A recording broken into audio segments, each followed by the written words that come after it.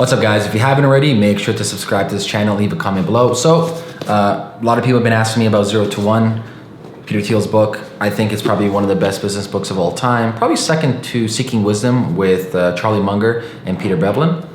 And I want to talk about 2 points in the book. I'm not going to go through the whole book. I really recommend that you actually buy it and read it multiple times. This is probably my 6th time reading it. If you guys can tell, let me bring it up. There's a million different like bunny ears all over the place I have. So my bookmarks. But there's 2 really cool things I want to talk about in this book. Number 1, it's literally on the first page. Page 1. Whenever I interview someone for a job, I like to ask this question: what important truth do very few people agree with you on? This question sounds easy because it's straightforward. Actually, it's very hard to answer. It's intellectually difficult because the knowledge that everyone is taught in school is by definition agreed upon. And it's psychologically difficult because anyone trying to answer must say something she knows to be unpopular. Brilliant thinkers are rare, but courageous is even shorter supplied than genius. Why this question is so good is, right from the get-go, you can figure out what type of individual you're dealing with, whether that is a business partner, whether that is a new client, whether that is somebody you meet, regardless of the situation.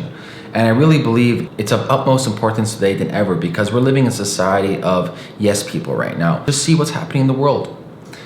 How many in-groups do we have? We have these people complaining about this, those people complaining about that. Everybody has their own issues, but the problem is they're all regurgitating what one person said. They really don't understand the topic that they're arguing against. They don't even understand why they're arguing. It's called the crowd effect, or monkey see, monkey do. They're one of the 25 cognitive biases, and it's quite dangerous. Even still today, with Trump being president, people still in denial and still bitching and complaining about him, calling him all this stuff where, why? Like, do you even understand politics? Do you understand what's going on? You're just a puppet. You're a pawn in the big game. Anyways, why I like this question is you can apply it on a day-to-day basis. You meet somebody new, try to put that in the conversation. Ask him or her that question. What do they believe in that other people don't believe in, or what other people think may not be true? And see their response. What you're looking for is not an instant response. What you're looking for is somebody who really takes their time to dial in and give you an articulate answer. So I think that's the first really important thing from this book. The second really important thing from this book is talking about the last mover advantage, because in the startup scene, most of us are taught from a very early age or early introduction to the startup scene that first mover advantage is the best. Or even if you look at the 22 immutable laws of marketing, the number 1 rule is positioning. And for you to become number 1 in positioning, it is first mover advantage. However, Peter Thiel's contrarian thinking is it's not good to be first. First makes mistakes. First gets killed. First always takes a brunt of what's going on, whether that is political, financial, and society. He said it's always good to learn from the mistakes of the first and then do it better. There's a saying, a smart man learns from his mistakes, a wise man learns from others. So what you're doing right now, ask yourself, are you first in this? And if the answer is yes, ask yourself, are you maybe self-sabotaging yourself at the end of the day? Because there's other people on the sidelines who are probably studying what you're doing, taking notes because you're doing all the R&D for them.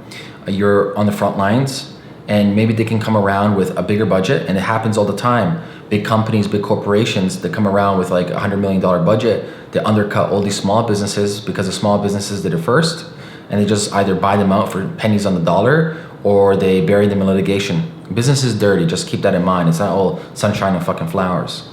So really take into consideration this contrarian thinking that maybe it's much more important for you to sit on the sidelines and show yourself when the time is ready. So that's the second really important takeaway from this book, is he calls it the last mover advantage.